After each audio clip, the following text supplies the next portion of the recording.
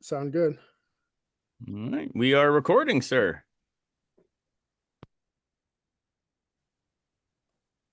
All right. Hey guys, thank you for joining us tonight as we talk deconstruction. I have with me Aaron Simmons, philosopher and professor, and the faith atheist. So we have three different perspectives here. We got one from a professional philosopher, and my side is more the amateur side of the philosophy, and the faith atheist, aka Richard, more the apologetics or anti-apologetics side of the issue. So hopefully we have a good three-way conversation on the topic of what deconstruction actually is, and not the apologetics YouTube version we tend to see online and stuff like that. And so let's just introduce ourselves real quick, and then we can start the presentation. My name's Paul. As I said, I'm an amateur philosopher. I study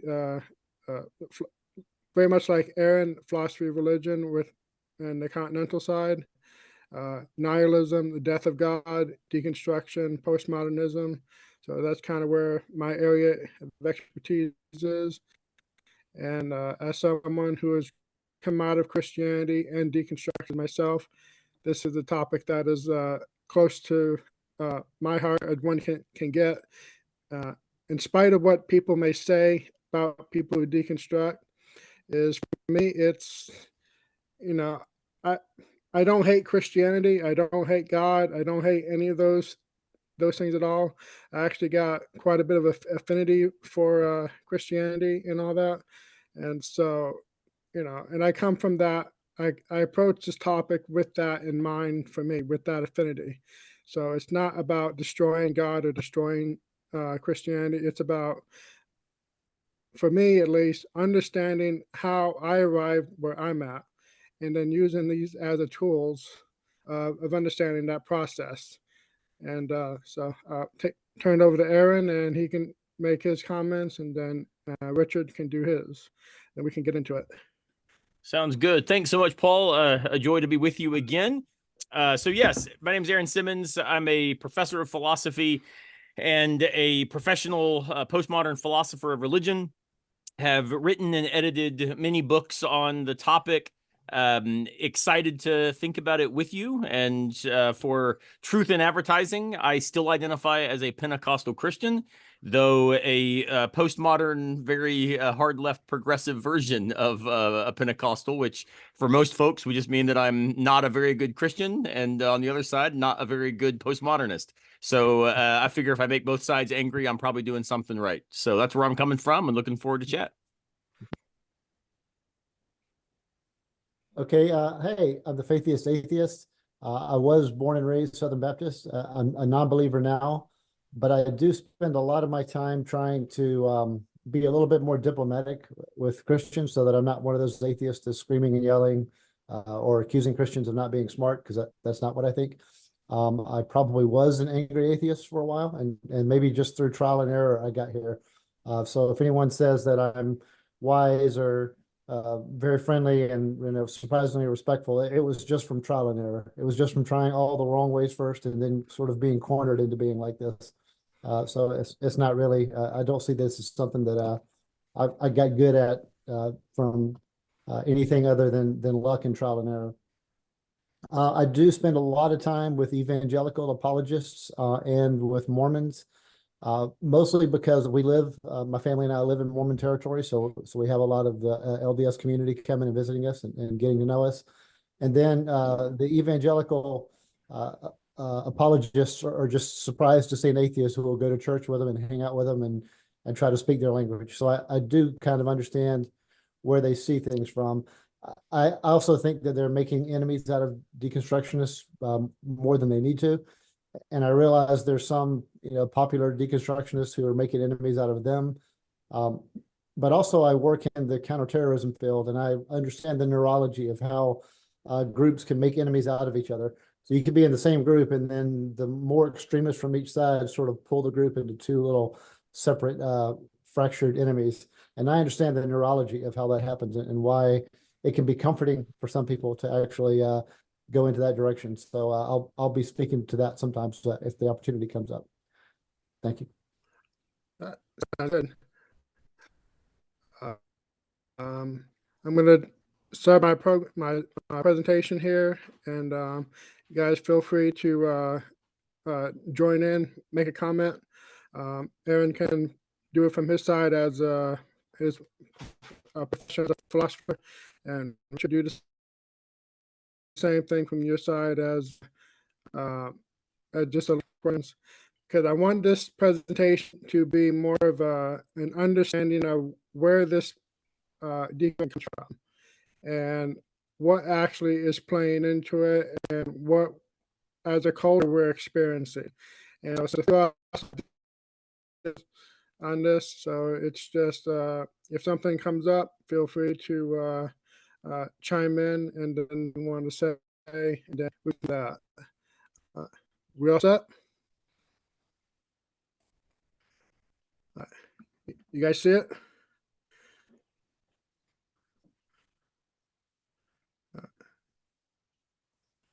Did I lose you guys? No, looks good. Yeah, good from here. Okay. Good to go, man. All right. The presentation is what is deconstruction? The history and philosophy of a misunderstood movement. And I'm going to present, I think I have about 6 or 7 different types of definitions that have come up on it. And so what is deconstruction? Alyssa Childers defines it as the process of systematically dissecting and often rejecting the beliefs you grew up with.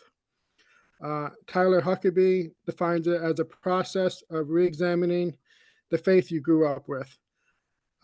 Josh Harris says, to some, the term deconstruct can mean rejecting Christianity entirely, while others describe the process as rebuilding certain beliefs associated with Christianity. From Desiring God, John Bloom defines it as a critical dismantling of tradition and traditional modes of thought. Let's see. John Williamson defines it as deconstruction is a careful and deliberate examination of one's belief from the inside. It's about coming to terms with what you believe outside of your inherited belief. And the final one is from Russell Moore, who says, on one level, these divergent meanings may suggest that the term deconstruction doesn't specify any one thing specifically, not without a great deal of qualification, that is. And that's from his Christianity Today. And I'm going to present this kind of a presentation of the how the generations that are alive today have become influenced by this, because as far as I can tell, deconstruction seems to come out of the silent generation, and I think a lot of it has to do with their experience of growing up post World War I, the Great Depression, and World War II. The same thing with the Boomer generation, who were born after World War II, and then their experience with the economic boom of the United States, and that happened in Europe after World War II. So I kind of call 1914 to 1971 as the boomerism generations. It's just taken the word boomer, and since there's a lot of connotation to the word boomer, I just kind of applied it overall between these 3 generations, primarily because they tend to behave very similarly. And I think a lot of it has to do with the fact is they all grew up in the post World War I, post World War II culture, which tended to be very pessimistic. And so the people that started a deconstruction movement, the Death of God movement, they all kind of grew up under this pessimism. So I kind of broke it up a bit, as I said, into 1914, 1971 as the boomerism generation. And then primary events is World War One, the Great Depression. Then you have World War II, Pearl Harbor in 1941. Then you had the Cold War from 45 to 1991. Not to mention the Korean War and the Vietnam War. All of these events have influenced historically and the outlook of these generations, and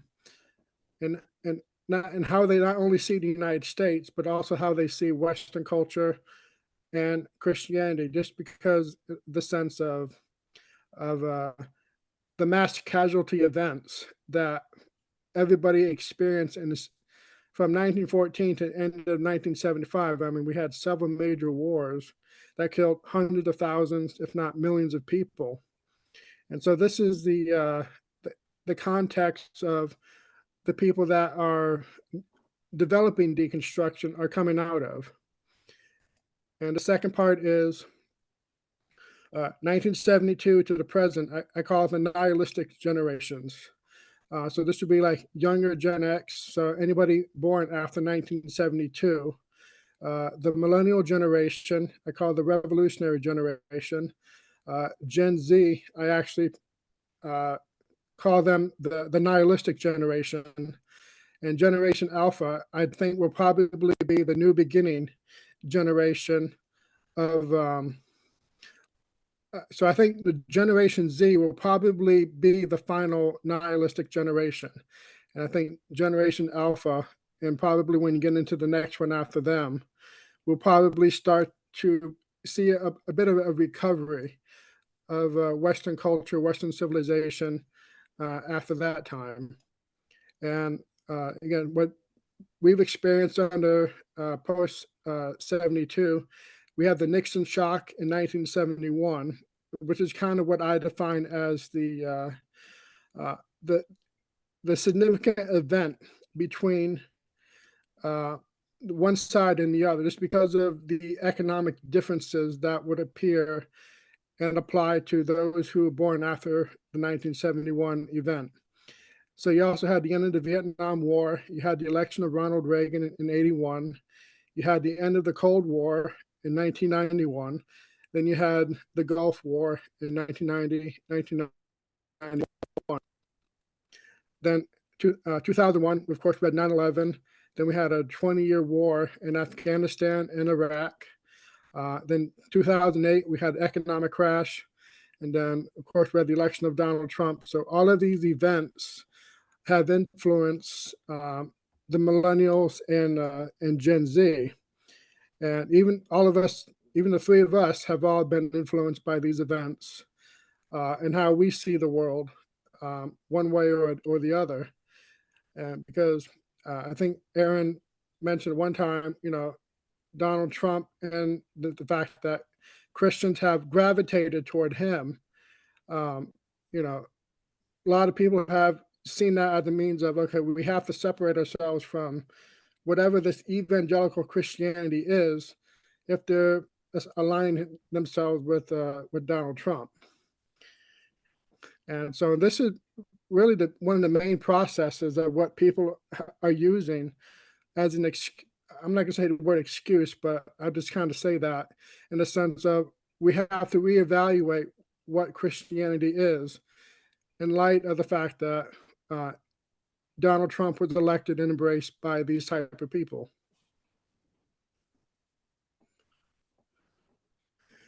And I'm sorry, hold on one second.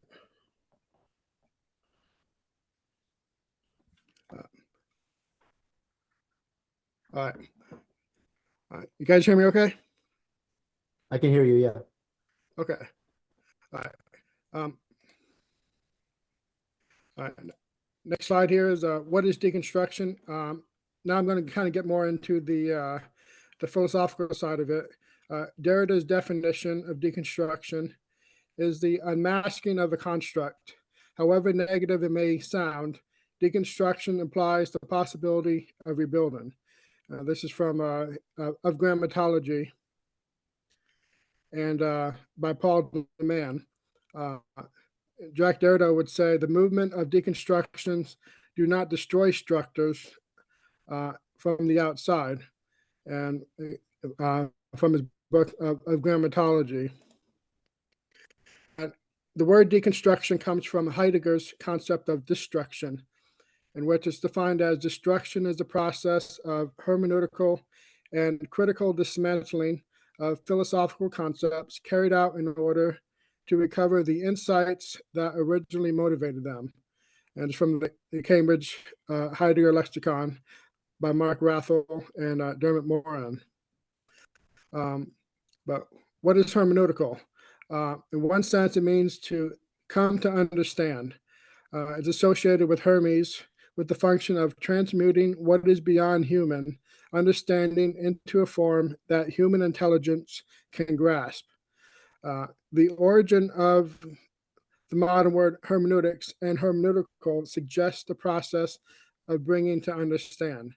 And this is from Richard E. Palmer, Hermeneutics, Interpretation Theory, and Schleiermacher, Dilthey, and Heidegger, and Gadmer. So the sources will almost always be at the bottom of the slide here. What is deconstruct? Ontology must become phenomenology, and ontology must turn to the process of understanding and interpretation to which things appear. Ontology definition simply is dealing with the nature of being, and the definition of being is simply existence. So the phenomenology definition is the study of, in part, the subjective lived experience. And so, continue with ontology must become phenomenology. It lays open hermeneutics, what is hidden. It constitutes not an interpretation of an interpretation, which textual explicitation is, but the primary act of interpretation, which first brings a thing from concealment. So in one sense, it's trying to take something that is hidden and bring it out into the open. And so, as Heidegger said, the methodological meaning of phenomenological description is interpretation. And so, and again, Heidegger says hermeneutics is the fundamental announcing function through which the sign makes known to himself the nature of being. I'm hoping that some of these stuff kind of makes sense, but as I process through this, I start to define the words and stuff here, so hopefully it will become more clear. So in effect, hermeneutics becomes an ontology of understanding and interpretation. And so this sign definition is being. And John Gray said, Heidegger turns to being for the same reason that Christians turn to God, to affirm the unique place of humans in the world. And being, as I introduced it, is the object of interpretation. It is God being interpreted. So in this sense here, I'll point out a little bit later where Heidegger would say, God has come into philosophy. And so this is kind of leading into the concept of deconstruction, why God is becoming and something that can be interpreted. And so in one sense here, it's simply is about, because I think in one sense, Christianity today, where we are theologically and philosophically, as well as culturally, we no longer have God as an objective concept. And so in one sense, this is presenting how God has become, in one sense, subjective. And I think this is where a lot of people are kind of creating a conflict. They perceive God to be objective, and then people like who are in the deconstruction concept have turned God into subjective. So in one sense, as what's being said here, the object of interpretation. And what Nietzsche would say is that facts are just what they aren't. They're only interpretations. And so he said, everything is subjective, you say, but that itself is an interpretation. For the subject is not something given, but a fiction added on, tucked behind. Is it even necessary to posit the interpreter behind the interpretation? Even that is fiction, a hypothesis. And then he goes on to say, inasmuch as the word knowledge has any meaning at all, the word is knowable, but it's variously interpretable. It has no meaning being it, but countless meanings. And this is from Nietzsche's notebook.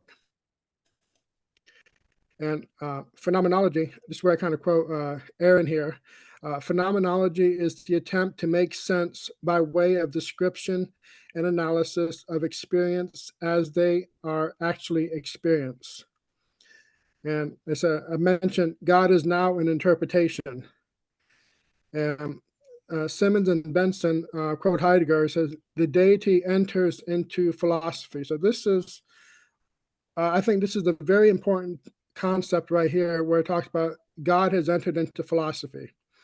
And I think this is where deconstruction really starts to take on form, because if God is part of philosophy, then God is now, as I said above, is an interpretation.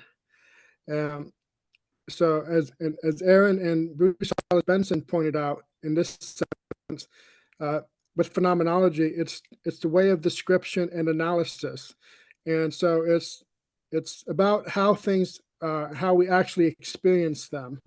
So in one sense, I would say people are experiencing God on a very subjective level, and when you talk to people who are more of on the objective traditional side of it, this is where they really have a problem with it, because again, they view God on the outside of it. And so I think culturally, we're leaning more toward this perspective of what God is. God is subjective. And it's not something that I can tell that people are being taught. This seems to be something that people are experiencing themselves. So whatever Christianity is today, God is presenting himself in this sense as an interpretation. And I think this is where a lot of people are really beginning to gravitate in that direction. And so this is where I think phenomenology may very well play a big role in moving us through this crisis. And what I do think is that phenomenology will probably end up replacing Platonism. And so instead of a Platonic Christianity that we've had for the last 2,000 years, I think we'll probably end up having a phenomenological Christianity. Now, what that looks like, I'm not sure. But I think that's a very interesting idea to think about. And then talk about the parable of the madman, and where Nietzsche writes his famous parable of where is God? And then he comes up with this famous phrase at the end of it is, God is dead, we have killed him. And so the death of God is, have you not heard that madman who lit a lantern in the bright morning hours, ran to the marketplace and cried incessantly, I seek God, I seek God. As many of those who did not believe in God were standing around just then, he provoked much laughter. Has he got lost? Acts 1. Did he lose his way like a child? Acts another. Or is he hiding? Is he afraid of us? Has he gone on voyage, emigrated? Thus they yelled and laughed. The madman jumped into their midst and pierced them with his eyes. Whither is God? He cried. I will tell you. We have killed him, you and I. All of us are his murderers. But how did we do this? How could we drink up the sea?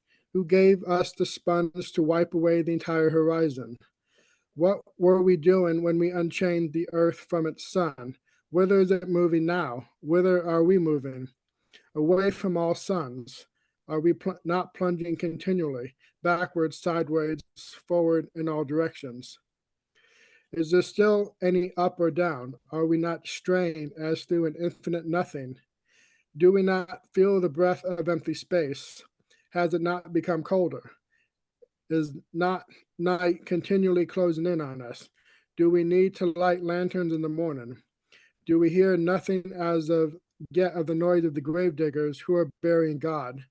Do we smell nothing as yet of the divine decompetition? God's too decomposed. God is dead. God remains dead, and we have killed him. And then said, how shall we comfort ourselves? The murder of all murderers.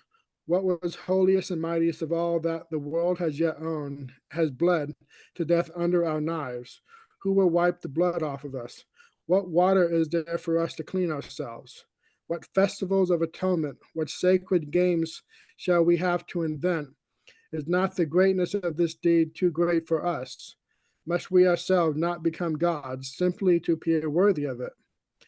There has never been a greater deed, and whoever is born after us for the sake of this deed, he will belong to a higher history than all history hitherto.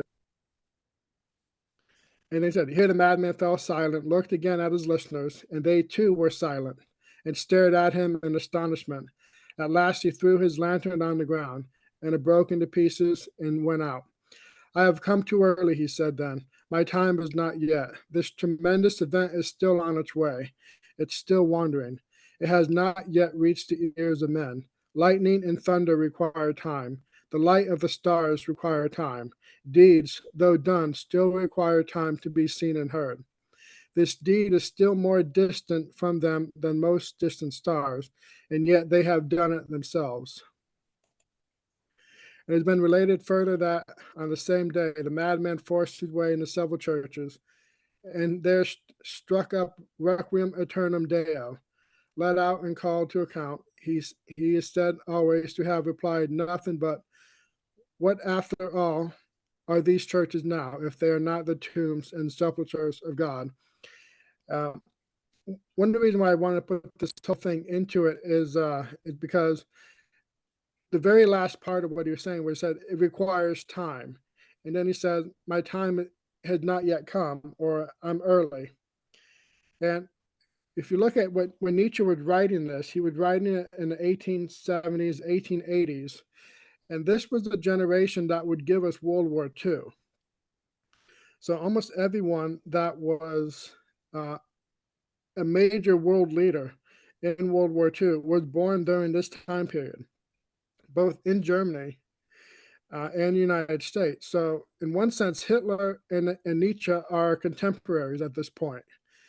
And so in one sense, he is talking about the generation that is alive at that point. And he's almost predicting what is going to happen. And right after World War I and World War II is when this pessimism started to sneak into Christianity. And this is when, like with Karl Barth, as an example, and a few other German theologians at the same time as well, we're all starting to think, how do we do Christianity after experiencing World War II? And so I think that's where Nietzsche is very insightful on that point. And the other part of it goes to what he has to say on George Eliot. And he says, they are rid of the Christian God and now believe all the more firmly that they must cling to Christian morality. That is, in English consistency. We do not wish to hold it against little moralistic female a la Eliot. In England, one must rehabilitate oneself after every little emancipation from theology by showing in a vertibly awe-inspiring manner what a moral fanatic one is. That is the penance that they pay there. And he said, we others hold otherwise. When one gives up the Christian faith, one pulls the right to Christian morality out from under one's feet. This morality is by no means self-evident. This point has to be exhibited again and again. Despite the English flatheads, Christianity is a system, a whole view of things thought out together. By breaking one main concept out of it, the faith in God, one breaks the whole. Nothing nothing necessary remains in one's hands. Christianity presupposes that man does not know, cannot know, what is good for him, what evil. He believes in God, who alone knows it. Christian morality is a command. Its origin is transcendent. It is beyond all criticism, all right to criticism. It has truth only if God is the truth. It stands and falls with faith in God. And when the English actually believe what they know intuitively, what is good and evil, when they therefore suppose that they no longer require Christianity as the guarantee of morality, we merely witness the effects of the dominion of the Christian value judgment and an expression of the strength and depth of this dominion, such that the origin of English morality has been forgotten, such that the very conditional character of its right to existence is no longer felt. For the English morality is not yet a problem. And Will Durant comments on this. And one of the reasons I'm talking about this one here is because I think this is a bit of the origin of the death of God within the Nietzschean concept of it. Is because once you deny the morality within Christianity and its attachment to God, you basically separate morality, Christianity, and God from itself.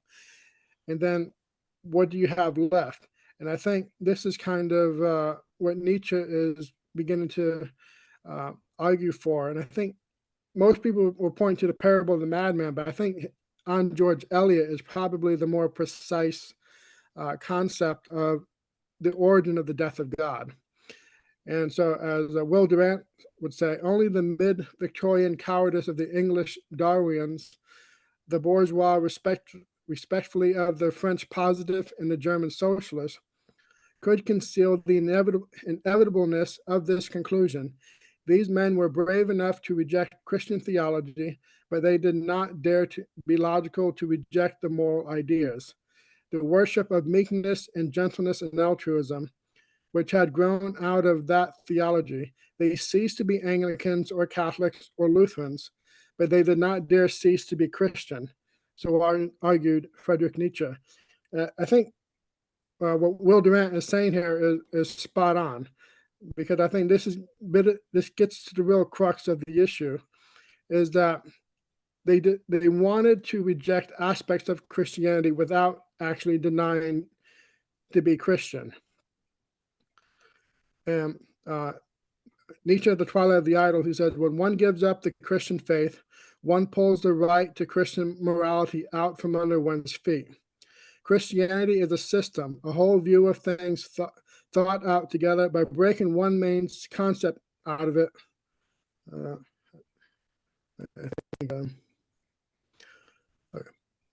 somehow we restated that one. I'll continue. Jordan Peterson from Maps and Meaning, he says, if modern Westerners really do believe they know of their own accord, intuitively, what is good and evil, if they consequently think they no longer have the need of Christianity as a guarantee of morality, that is merely the consequence of the ascendancy of Christian evaluation and an expression of the strength and depth of this ascendancy, so that the origin of modern morality has been forgotten, so that the highly conditional nature of it, right to it, is no longer felt. And speaking of Kant, for he too gets rid of the Christian God as a foundation of morality, only to reintroduce him later on as a guarantee that virtue will pay, if not in this world, then in the next.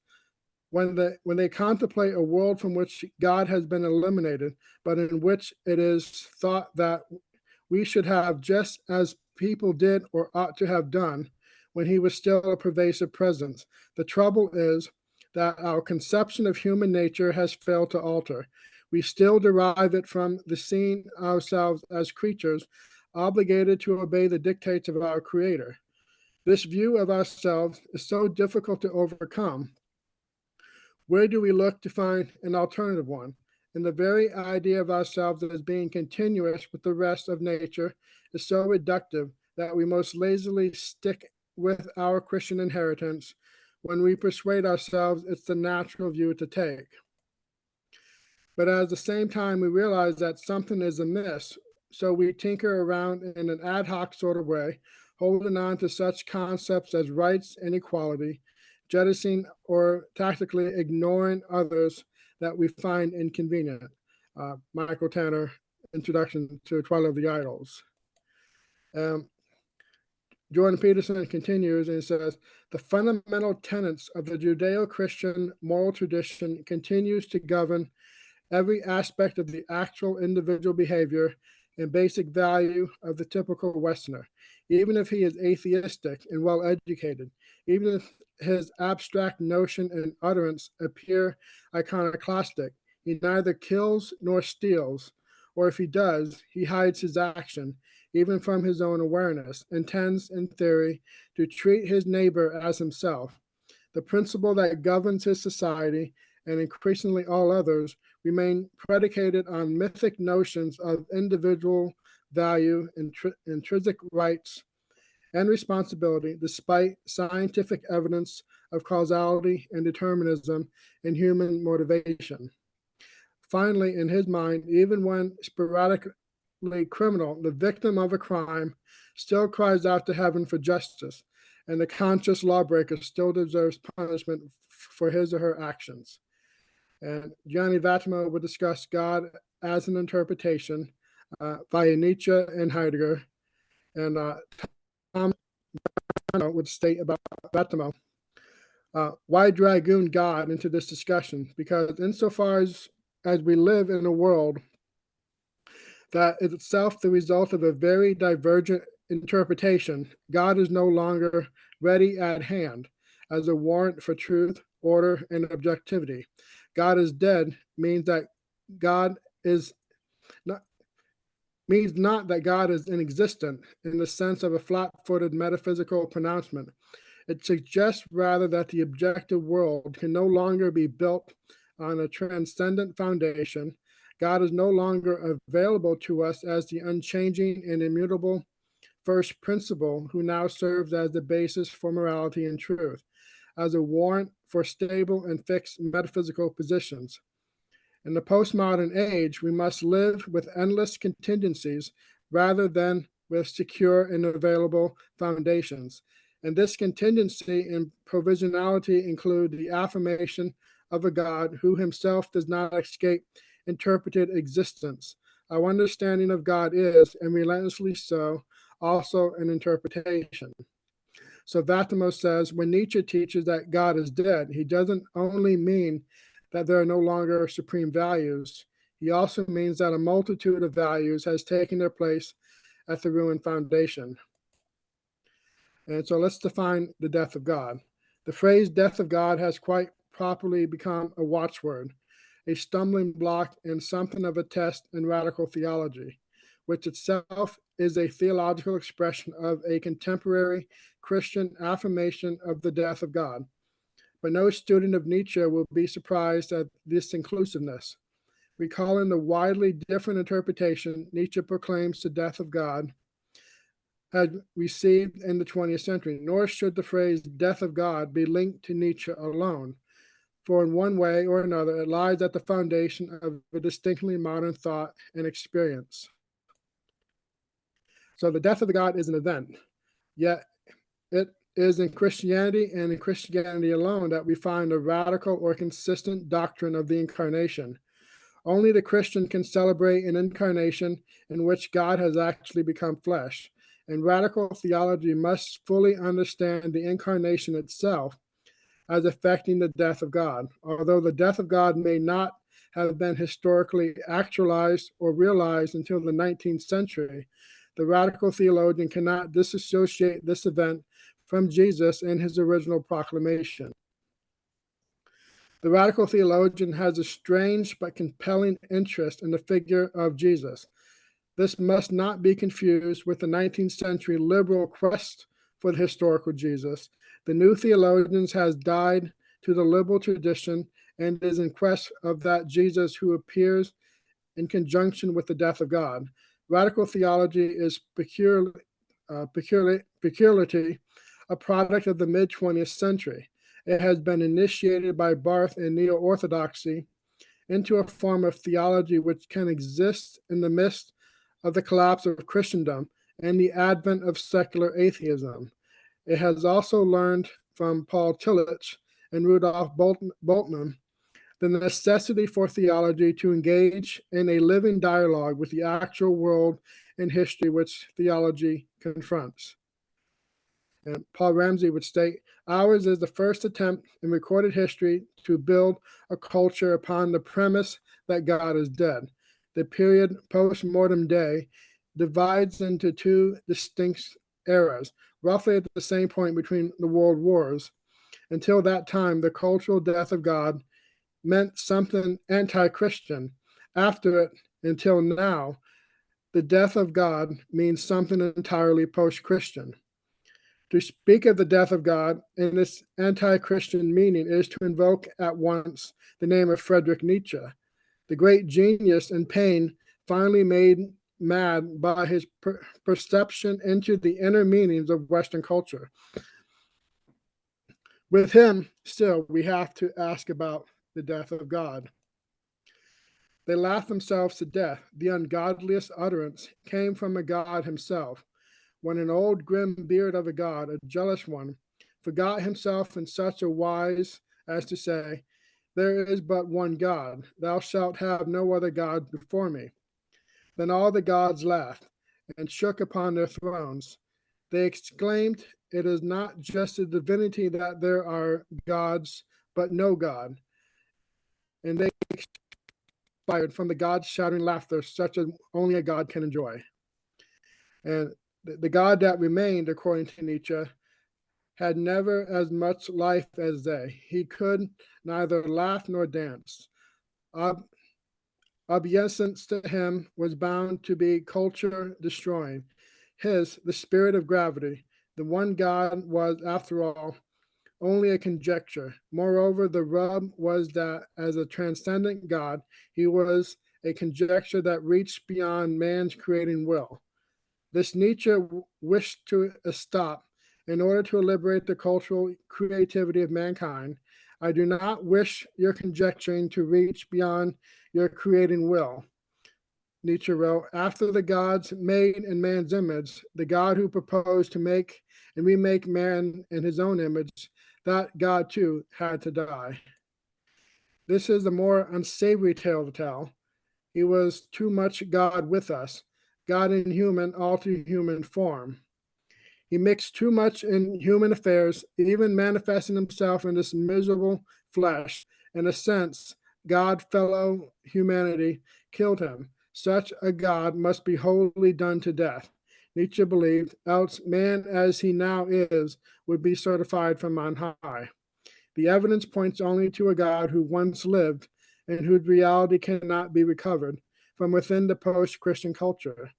For God to be meaningfully alive, but at the real absence of a God who formerly lived and had his dealings with men, it means the death of God is still present. And the shift in theology in America by the 1950s. Henry Cox would write a book called The Secular City from a neo-Orthodox perspective. Rudolf Bultmann, in his work on the New Testament, liberal theology would bring in a new understanding of natural, metaphysical, and philosophical theology. Hey, Radical hey, Paul, can I ask a question real quick? Yeah, go ahead. Just as I'm following this and I'm seeing now Harvey Cox's book, the Secular City, it reminds me of a book that I read in youth group back when I was raised as a Christian. And my youth pastor gave me a book called Scaling the Secular City. So I'm starting to think now that this Scaling the Secular City from J.P. Moreland in '87 is a response to this Harvey Cox book. But the only reason I'm not sure is I can't read the date of publication. But I do see our host nodding his head, so I feel like I might be onto something. Yeah, Harvey Cox's books, I think, came out in the 1950s, 1960s. Okay, well, that's like a being moment for me. Yeah, okay. Okay, go ahead. I just thought that was interesting. Okay, yeah. Yeah, that's the first time I've heard of that book, but yeah, I have to look into that one as well. And what he has to say against Harvey Cox. Okay. As I said, liberal theology brings in a new understanding of natural, metaphysical, or philosophical theology, and then radical theology or the death of God theology. And another book that came out in 1941 is The Crisis of Our Age by Pidram Sorokim in 1941. The End of the Modern World by Romano Giardini. The Death of God, The Culture of Our Post-Christian Era by Gabriel Van Hanien in 1957. Honest to God by John A.T. Robinson in 1963. The Secular Meaning of the Gospel by Paul M. Van Buren. Radical Theology and the Death of God by Thomas J.J. Alter and William Hamilton. The Secular City by Harvey Cox in 1965.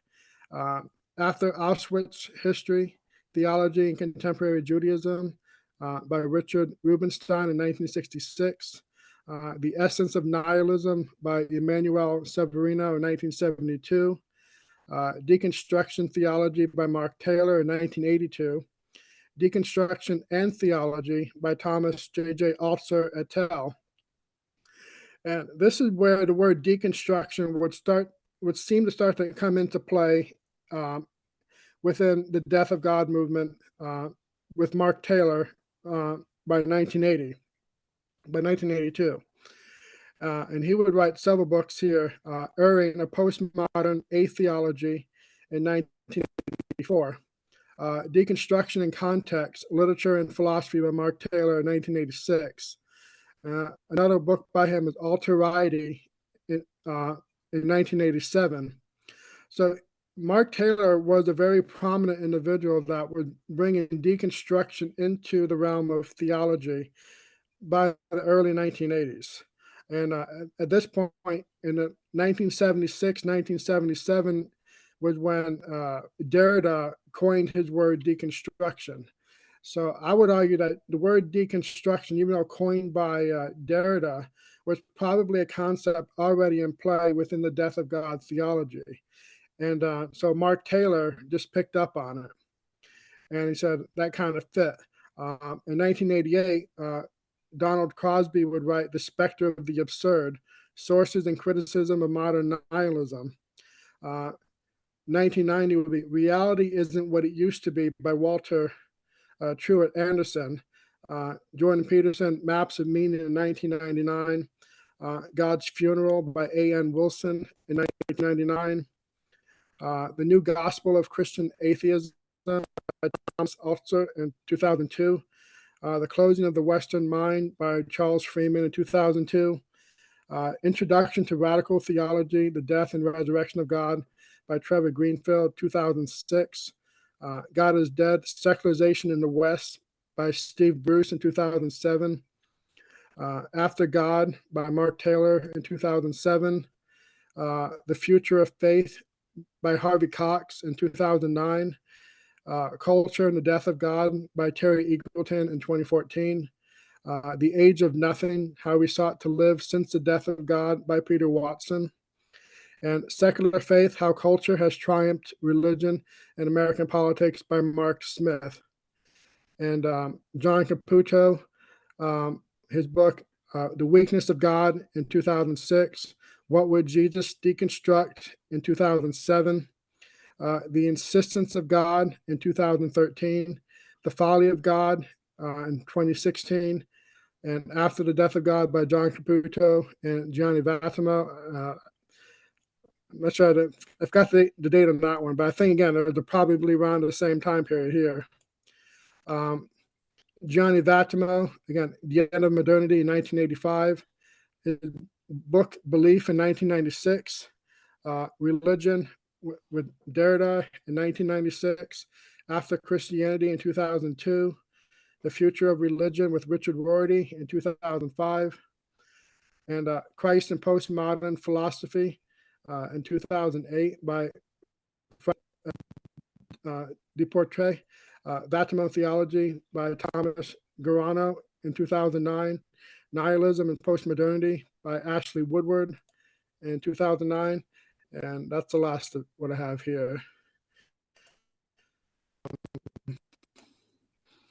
So that is the presentation. And the reason I put all those books in there, because I wanted people to recognize just how much resources are out there over the last 40 to 50, 60 years of people commenting on this particular aspect of theology, philosophy, and stuff like that.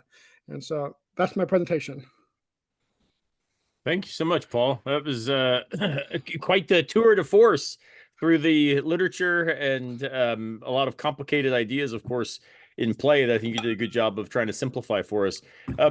So my question, and I'll ask this to both of you because I'm interested in where you all stand. I'm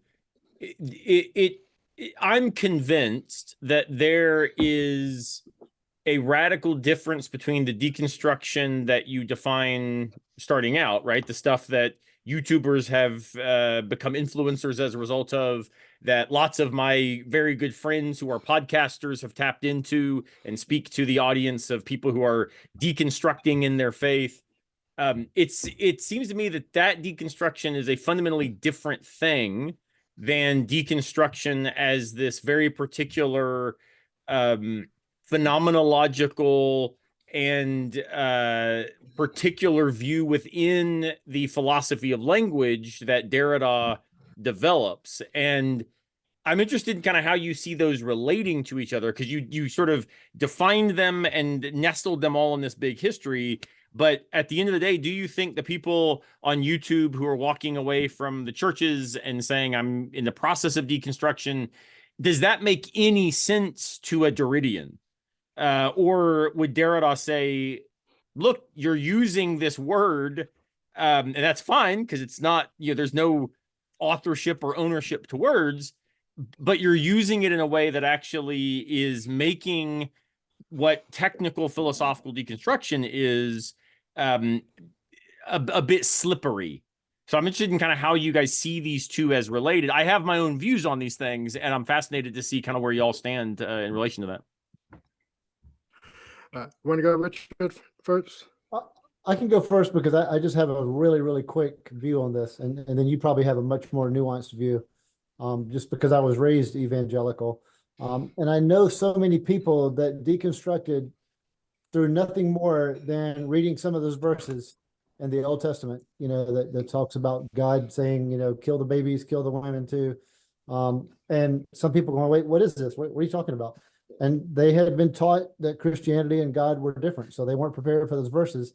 And then I noticed that when I was growing up, the adults weren't ready either, because they had been told, hush up about those questions. My youth pastor didn't handle my questions very well.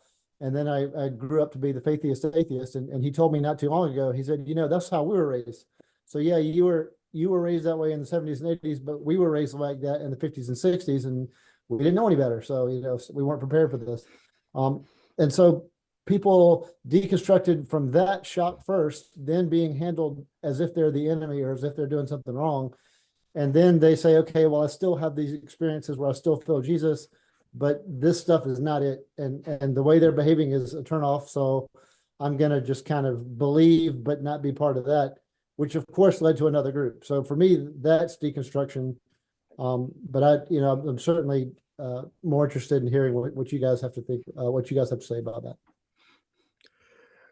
Yeah, I would say colloquially, that's probably what most people think of what deconstruction is the process of, okay, I was taught A, but I learned B, and they're not compatible with each other.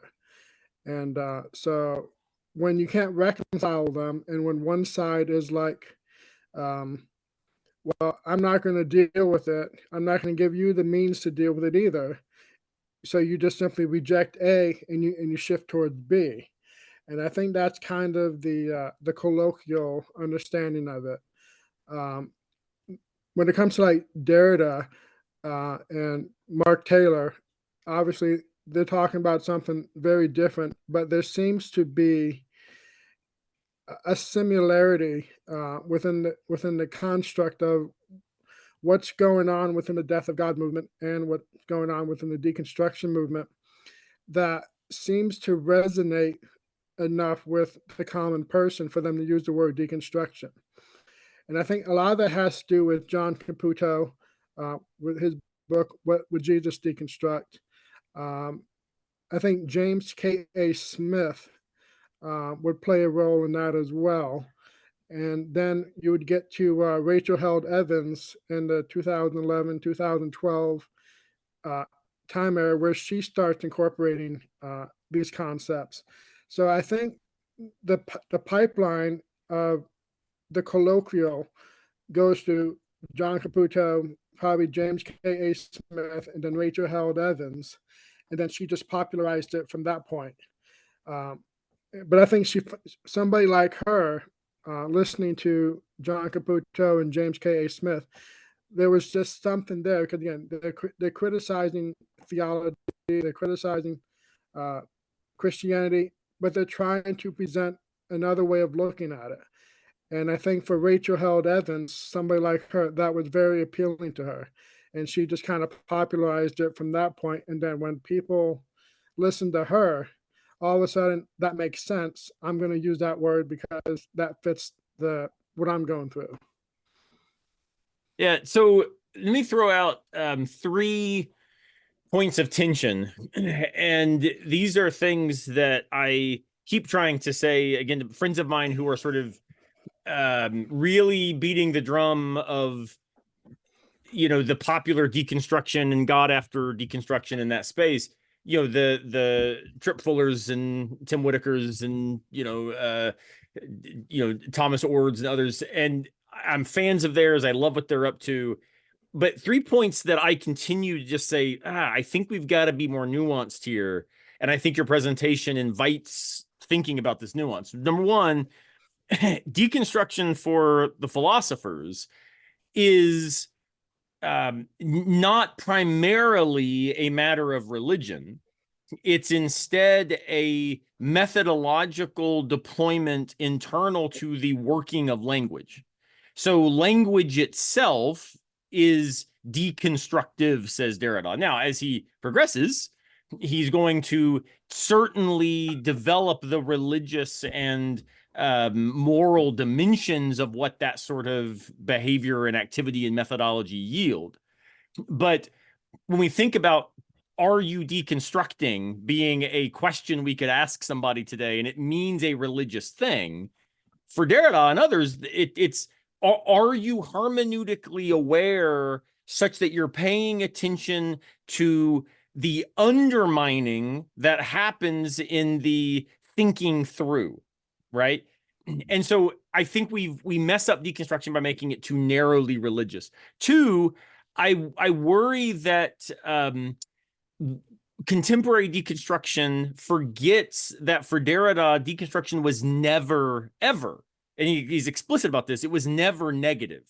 It was not destruction. And even Heidegger in his Destruction in the beginning of Being in Time, section 6, what Heidegger is talking about even with destruction is not that we're tearing down, it's that we're going underneath to make sense of what has supported the edifice upon which we now stand. And so there is no tearing down without a rebuilding, because we find ourselves implicated in this whole process. And this is something, again, that I think is too quickly made negative in the YouTube deconstructionists, right? It's where deconstructing just means I've walked away from. And I think the better way to think about it, even in that narrow religious sense, is we are coming to grips with what actually was going on in the stuff that now we no longer hold the same way. And that move is one that I think needs nuance that sometimes is missing. And the third point, so I think often when philosophical ideas become detached from the nuance by which they were originally articulated, they become dangerous because they get deployed in ways that require thinking deeply, and yet have become a sort of influencer mode in which to find a new community. But that's precisely the crowd or the herd or the public that all of the sort of existentialists who gave rise to these views were so worried about, right? So in that sense, deconstruction traditionally, I think, is broader and more interesting than just a religious idea. Two, it's never purely negative. And three, it is always more nuanced in ways that gets lost in the formation of new communities that then themselves become defined in opposition to the thing they've rejected. And I think on all three fronts, the best resource we have as philosophers is precisely the deconstructive philosophical tradition for coming to grips with why those three things are happening and why they are so problematic. Yeah, yeah, I definitely agree that a lot of the taking of a philosophical concept for a colloquial public one, like deconstruction with Christianity, deconstruction in the philosophical sense, is definitely an area where it's we're definitely seeing how especially the apologists who take something like that and they just quote like a passage of something or like a sentence, and then they just simply say, well, that's what the word means because of this sentence, and it's generally so far removed from whatever context it's taken of, and generally it's been filtered through like 10 different people before they get to it. And so one thing because I read Childers and Barnett's book, and the way they just mentioned Derrida, I think like once or twice, and it was just a very brief saying of whatever deconstruction was that they pulled out that fit their narrative. And then they did the same thing with Foucault. It was just like one sentence, and then that was it. That one sentence defines the whole thing, and it was like, and then they have the gall to say we properly define and explain what deconstruction is because we mentioned Foucault and Derrida as like check, check, check, and then Rachel Held Evans check, John Caputo check. Okay, we hit all the checkpoints, and that's all that they did with it. They narrowed it down to the straw man version of it, and I'm like thinking, you haven't defined what the word actually is, let alone describe the context out of which it came out of in order to properly critique it. They just created a straw man version of it. Then they just hit the checkpoints, and that's about as far as they went with that.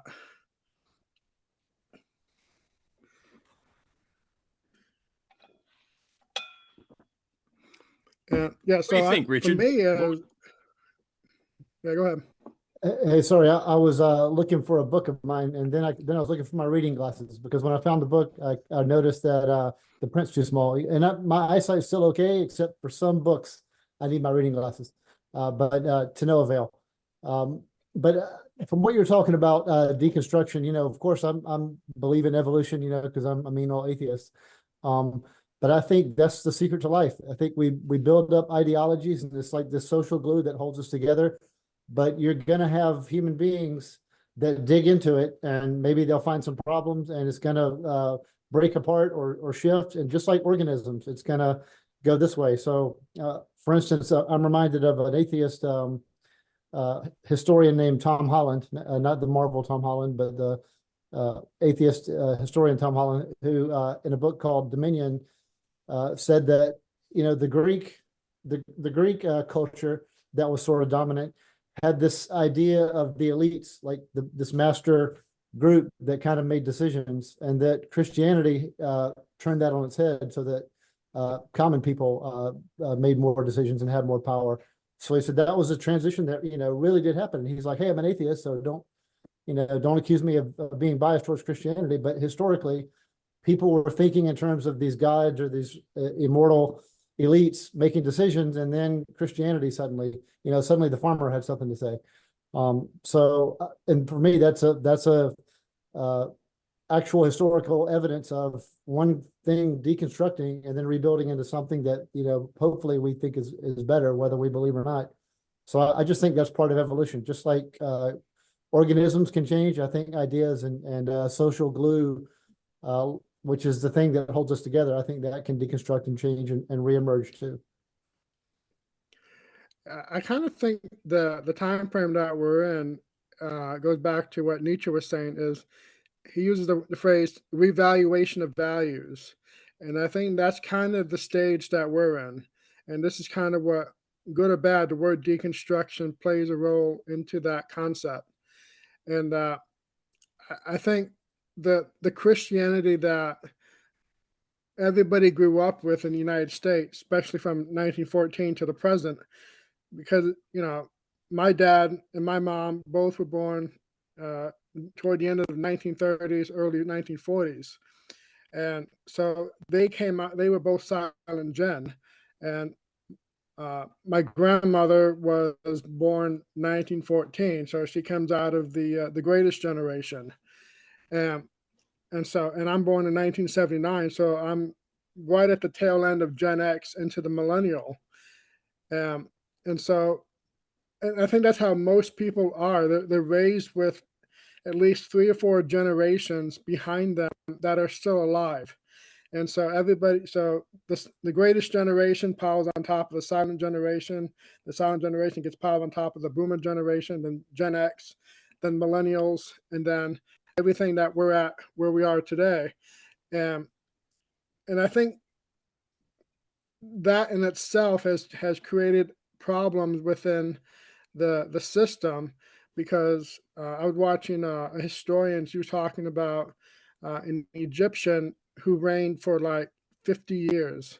And so during that time, he not only had his son who was alive, you had his grandson, and then I think the grandson also had children. So you had 4 generations of potential pharaohs that were um, going to vie for the throne once the grandfather passed away.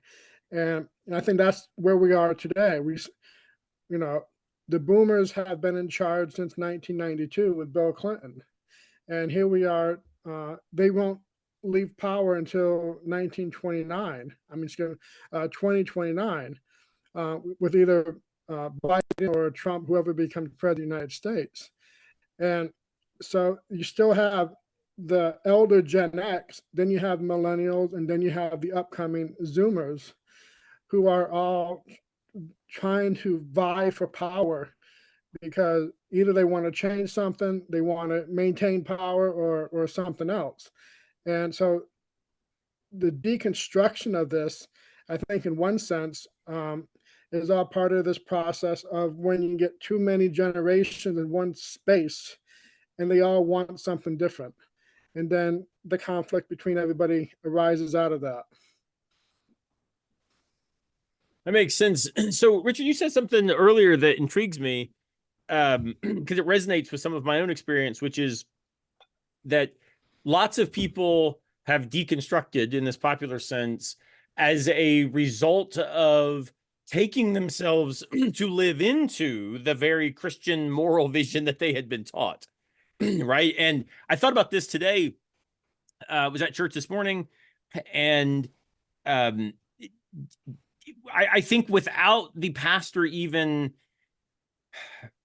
I don't want to sound critical. I'm more saying I think there's a set of assumptions that operate within a community where they don't have to think deeply about some of the stuff that's being said, right? And so without, I think, this awareness, a radically exclusivist soteriology, a very particularist conception of eschatology, a narrow notion of how Christian ethics then will play out in light of that eschatology, which gave strength to the culture wars and the narrative of oppressed Christians in the world. Like, all of these things got deployed, but by people who I like and respect, and I go there on purpose, right? So we can disagree, but yet in many ways it's like, well, shoot, if I had to take all of this stuff as the case about Christianity, it turns out I would need to leave the church to best be a Christian,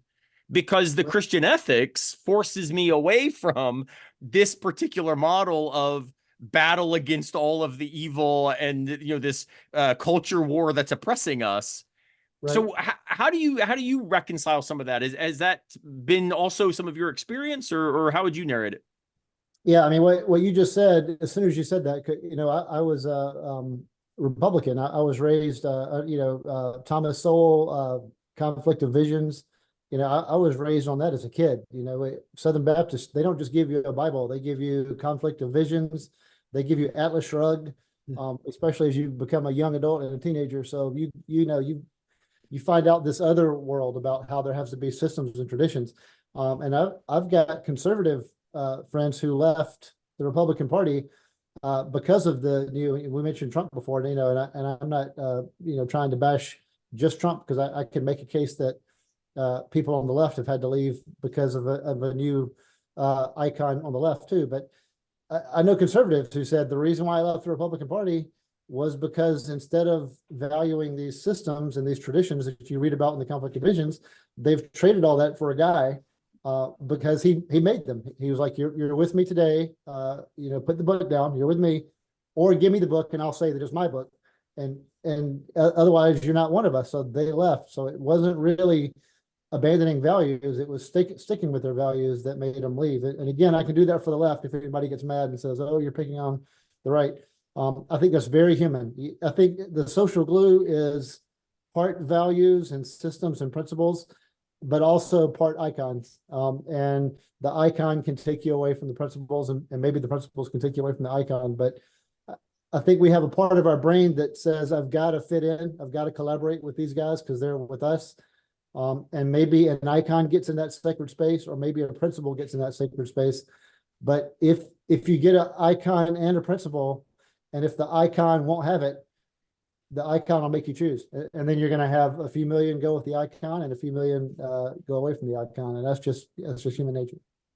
Yeah, it's interesting that language resonates with another philosopher who didn't come up in Paul's presentation, but certainly could have, Jean-Luc Marion. And Marion makes this big distinction between the icon and the idol. And he says the difference is that the icon draws us out of ourself to the other. The idol reflects back on ourselves and basically gets us lost in our own egoism. And in some ways, the idolatry of Trumpism, or, you know, the idolatry of Obamaism, or however we want to cash this out, I think bibliolatry, and we might say ecclesiolatry, have certainly become contemporary ways in which we get isolated in our self-protective enclaves, because it gives us identity, right? It gives us a place to be with our tribe. And the whole point, it seems to me, of Christian ethics is to leave your tribe and find the one, right? To leave the 99, to find the lost, to be explosive of any inclusive logic that would then make exclusion necessary for religious identity. And that's going to be super hard in a society that depends, as Paul says, on the power structures of grouping, right? So we only have a voice insofar as we are grouped together against that other group's voice. But let's make that group just seem irrational, immoral, beyond the pale. And now no one even takes them seriously, rather than realizing this is a kind of, you know, as Ricoeur would call it, a conflict of interpretations, rather than an objective, you know, battleground. And it seems to me that the two things that you saying about evolution, I think, hits on this. And Paul, your point about revaluation of values, it seems to me that the radical contingency of existence is something that far too often religious communities reject in order to license their account of what's the case. Right? So they don't say this is an interpretation and it's a really compelling one, and here's why we live into it. Right? It ends up being, we get rid of interpretations because we understand what's true. So contingency, and it denies, as you're saying, evolution. On the other hand, ambiguity. where we need morality not to be complicated and ambiguous and difficult and messy. We need it to be really clean, really articulate, and radically oppositional, because this is the logic by which political thinking comes to replace religious thinking as, I would say, the new theology of at least American society. So what do you guys think? Ambiguity and contingency as these kind of twin poles that are rejected by traditional religious groups. Yeah, I know we left Paul out a little bit, but let me just throw this in, because I want to throw this into what you just said. And again, an evolutionary point. I think there has to be some sort of theology. And like, if all Christianity disappeared overnight for some reason, amnesia, or aliens came and just took all the literature and all the words away and all the memories, so that we had nothing, we would rebuild something like that. And we would start fracturing, and we would become like there's a documentary on chimpanzees in this forest, and how they're in little tribes. I think that's what evolution needs. The formation of tribalism creates a predator and prey environment, which is awful. But that predator and prey environment, it actually causes flourishing. It causes untold horrors, but species-wise, it causes flourishing. So having this tribalism, us versus them, might be something that we're born with. And I know Christians will say, well, no, that darkness is sin. But me as an atheist, I'll say, I think that darkness is chemicals, but it's chemicals that have to be in order for our species to exist, at least to have a better chance at existing. So I wanted to throw that into the mix too, that I think tribalism is inevitable. If Christianity goes away or atheism goes away, we're going to rebuild something else, because I think that's just who we are. I kind of think I think that's exactly kind of what we're doing right now, is the divide between so-called historical Christianity and progressive Christianity. Is I think again, with people who are post basically under the age of 50, who are gravitating more towards like progressive type Christianity, it's because they recognize that whatever this historical Christianity that they came out of is no longer viable as a belief system to live by. And so it kind of, again, so it's, in one sense, it is a destruction, but it's a deconstruction as well as a rebuilding, because I think around the mid-90s is when we started to see the emergent church come up, progressive Christianity, and goes back to what I was saying about Mark Taylor in the 1980s with deconstruction and theology. So something's already in the water by the time you get to the 1970s, 1980s, where the shift has already happened. And the people on the traditional side of it are like, I don't know what to do. This doesn't make any sense to me.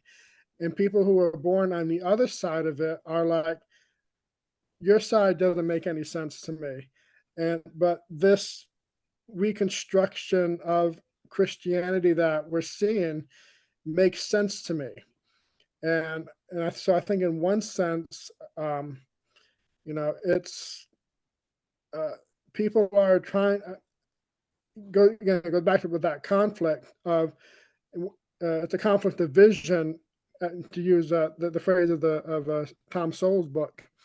Is you have one side that is seeing a very subjective perspective of society. At the same time, you have the other side that sees it as a very objective perception of society, where God is on the outside and we're looking up. And whereas the other side is looking, God is on the inside, and we're face to face with each other. And I think now what caused that shift, I think, again, it goes back to everything that I presented with the world wars, the Great Depression, the 20th century, really knocked out the foundation of not only philosophy but also Christianity, theology, to where people are now having to take a stronger look at what does it mean to be Christian, but what does God mean now, and how does God differ from how God was prior to all of these events. And I think with what I call the boomerism generation is they're from the old concept of from the 1800s, 1700s, where their grandparents, their great grandparents that they knew brought that into the early 20th century. Then World War I, World War II happened, destroyed all of that. And then those born after the 1970s are like, what you're presenting us is not what was presented to you. And so I think in one sense that creates that conflict, because one thing I like to say about postmodernism is to modernism is the kind of like the emperor that has no clothes. The modernist is like, this is how it always was. And whereas the postmodernism is like, well, you're the naked emperor, you have no clothes on. But then the modernist will then accuse the postmodernist of, well, why did you steal my clothes? Instead of realizing that they're actually naked. And postmodernism is just reflecting the reality of where they're at. Instead, they think that they have nice clothes on. They're still living in a time period that resembles whatever it is in their head. Postmodernism comes along and says, you're the naked emperor. And so that's the conflict in this type of analogy. I think this is kind of where we're at right now. We're trying to figure out, where do we go from here after that kind of acknowledgement between both sides. So you both, I would describe y'all as, charitable atheists, or the kinds of atheists that I want to, spend more time with, because maybe I've missed something in my own theism, right?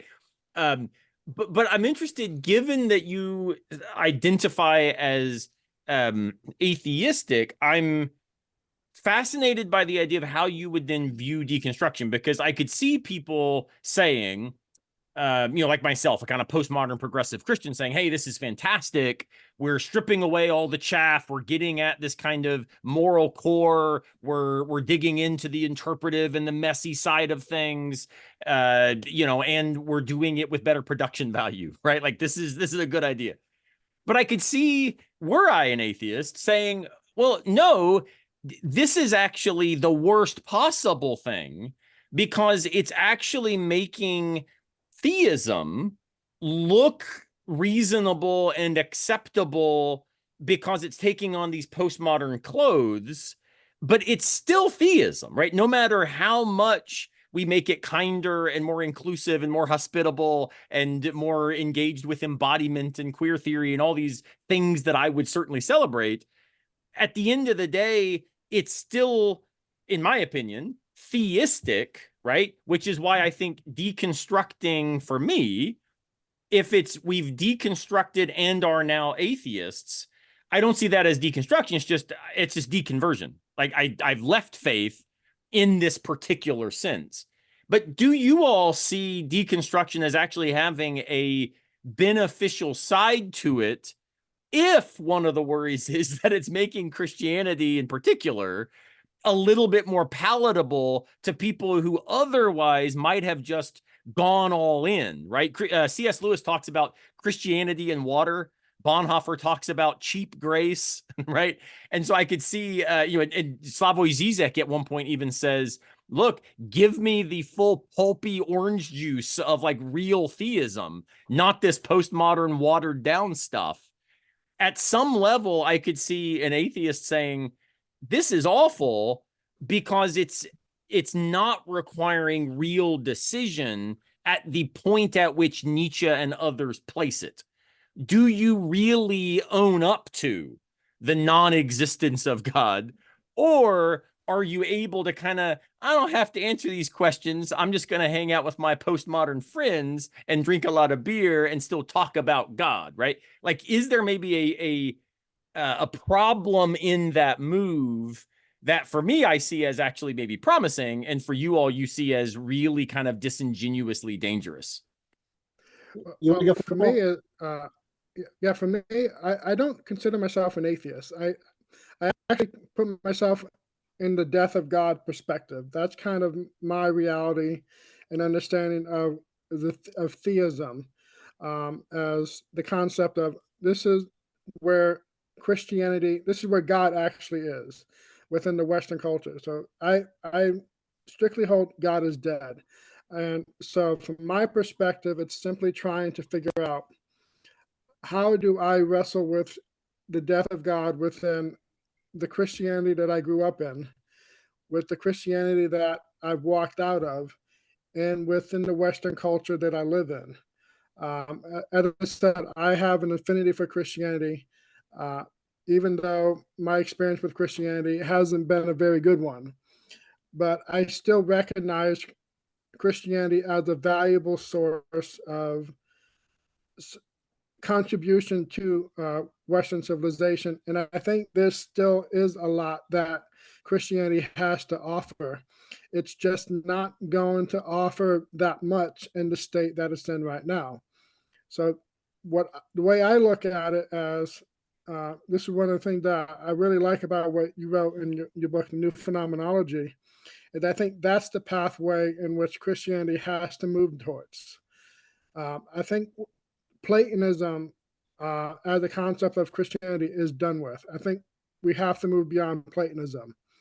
And I think phenomenology as Christianity as phenomenology is where I would look towards as a better alternative, and which is one of the reasons why I like John Caputo, Vatimo, Jean-Luc Marion, all these other type of phenomenologists who are dealing with these issues, because the resurgence of religion that came out of phenomenology is what I actually like. And it fits very well with my perception of the death of God and moving, and like, how do we move forward with it versus staying here and then just simply struggling with God for forever and not getting anywhere with it. And so that's my perspective of it. So I Makes fall sense. right in between theism and atheism in the sense of the Yeah. death of God perspective.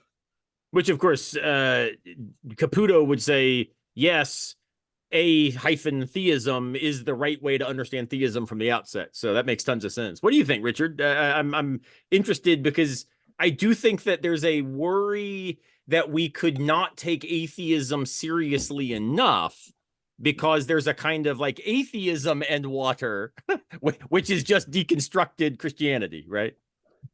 Right. Well, especially if I go back to Tom Holland, and he says that we swim in Christian waters. And then there's a new apologist out there named Glenn Scribner who says it's the air we breathe.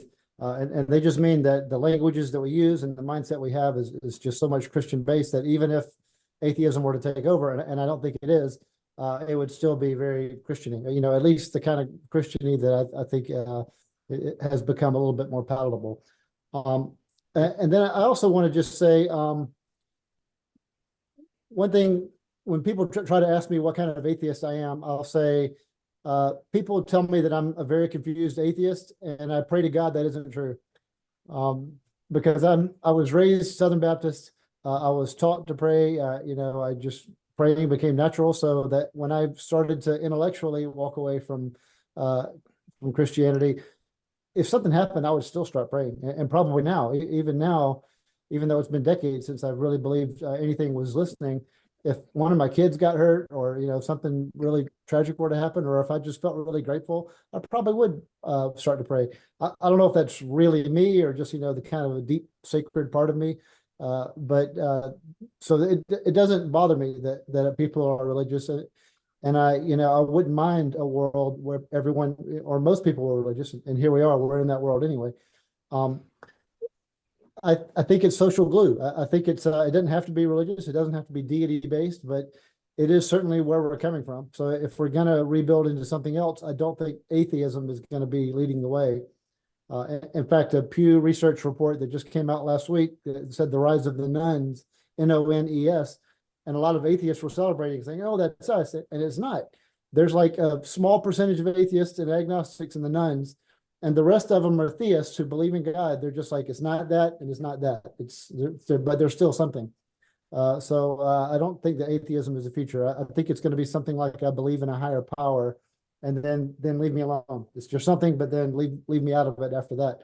But it's got to be something that holds us all together and that we all kind of believe in, and that we can be somewhere in between being empathetic for different beliefs, but also having standards so that we're not so open-minded that ISIS could come in and start killing us if we don't do what they say. And we're like, well, we have to be open-minded while ISIS kills us.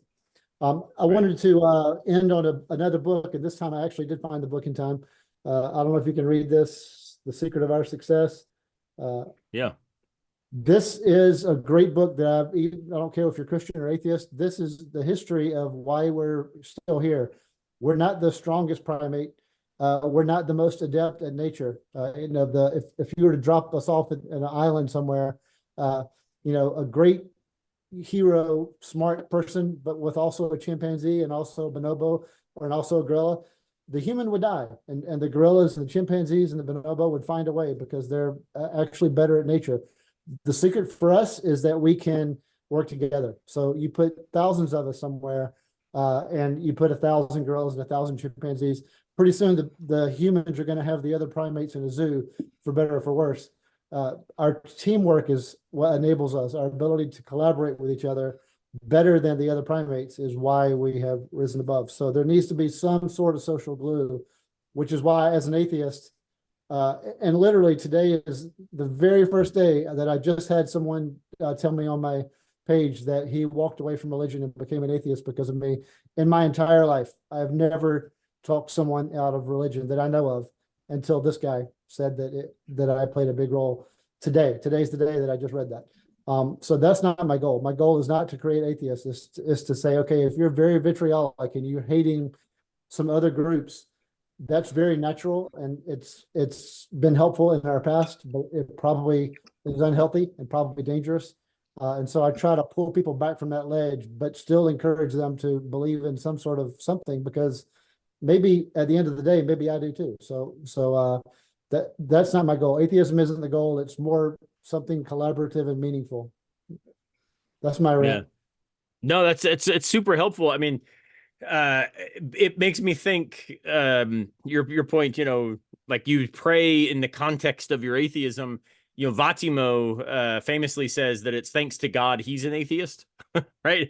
And he means this, like, it's only because he's inherited the death of God, the lineage that Paul so articulately outlined, that atheism is an option, right? He's like, look, I can only be an atheist because of a particular Christianized tradition in which atheism becomes a rejection of that tradition by being part of the tradition itself. And it makes me think too, your comment that it's our working together. It's funny. One of my favorite political philosophers is a woman named Chantal Mouffe, and she has a really cool view of democracy as what she calls agonistic. And she says that agonism is the important tension, give and take, pull and push that creates actual engagement. Right. So if the three of us all held identical views, this would be the most boring conversation ever, because one person would talk, the rest would just say, it sounds right. It's where we can say, I hear what you're saying, and I get why one would hold that view, but I don't hold it, and here's why. And it's those moments where there's actually progress that can occur. And she says that democracy, in order not to fall into what Plato worries of the tyranny of the majority on the one hand, or just a kind of authoritarianism on the other, the only way we protect against this is because we've got that real tension, that real pull and push against each other. But it's fascinating. I think that what you're describing, and I celebrate with you, is agonism, not antagonism, as she puts it. And antagonism seems to be more where we find ourselves living, right? Where you're identifying as an atheist, or Paul, you saying, look, I'm a death of God, religious person, and me as a Pentecostal Christian, we've like, oh, I know those camps, and they go to their corners and come out swinging. And you're like, well, even if they come out swinging, that wouldn't be bad if it's a good boxing match. But it's a horrible boxing match if they just stay in their corners and say, I'm not even going to participate with that guy, right? And that's where we have this loss of social trust.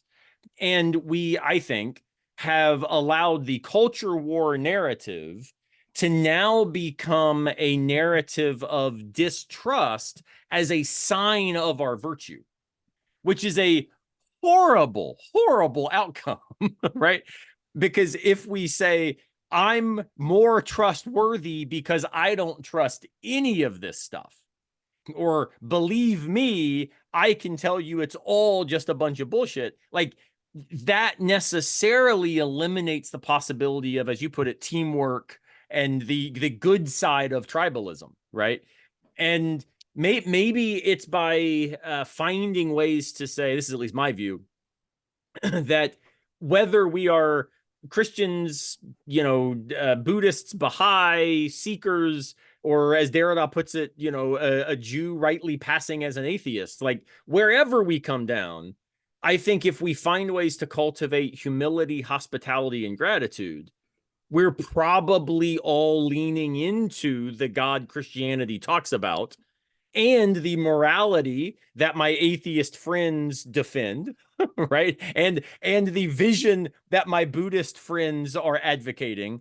And we can start recognizing when we allow space for our disagreements to really be understood, we're actually modeling what genuine engagement and conversation involves, right? I trust you more when I take you seriously as not just a version of what I already hold to be true.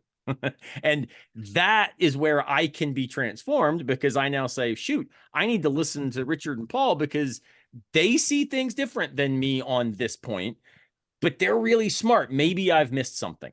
And that awareness is what I think that we lack so deeply. And for what it's worth, I worry that contemporary popular deconstruction is tempted by that very dangerous distrust and tribalist intuition. And that's where I get really nervous, right? Whether or not I abandon all of my like technical philosophical worries, just in practice, it's like, man, we eat our own real quick. And that's what I get most nervous about. Is I love these people. I identify with these people. I speak at these conferences, amazing, amazing stories of fortitude in light of trauma. And yet, man, not often a lot of willingness also to recognize there, but for the grace of God, I would still be that Southern Baptist that I now shun, right? And that I think is a place maybe to call all of us to more humility. Yeah, this might be the last thing I throw in, and then I'll be quiet until you guys sign off. I don't want the humanity to be so antagonistic that we kill each other, off.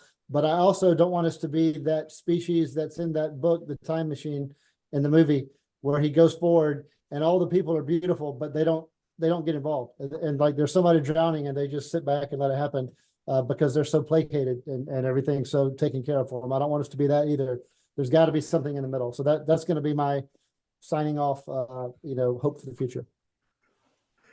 Well, Paul, finishes out, man. Let's give you the last word since you took us in tonight. Yeah, this is where I agree with Aaron. Is my experience with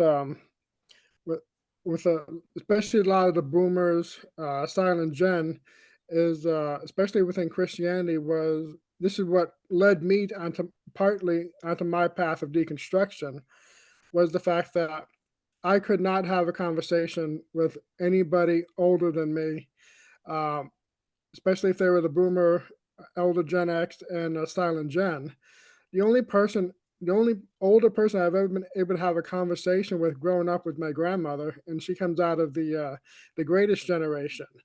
And so like when I would have conversation with my dad, for example, when him and I were still talking, it was argument. It was he's not letting me say what I need to say for me to influence him, and he certainly does not want me to influence him in that sense. And so it becomes a fisticuff, trying to stand your ground and argue a point when you just want to, like here, the three of us are just having a very friendly, very respectable conversation. And I think part of it is because the three of us are part of the same generation.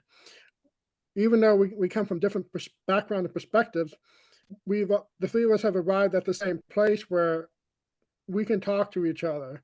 You're not my enemy any more than I'm your enemy.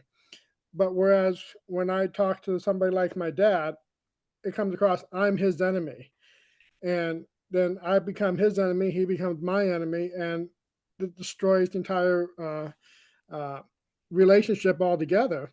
Because no matter what he has to say beyond that point is like, can I trust him? Can he trust me? And that distrust there is, I think, again, play the generational aspects between the elder and the younger, I think plays into this deconstruction as well. Is because, I hear a lot of people telling stories of, they're millennials or Gen Z or younger Gen X, and they're going through the church and they're asking questions. They're like, well, we don't ask those type questions here. So you're not going to get an answer from us on this.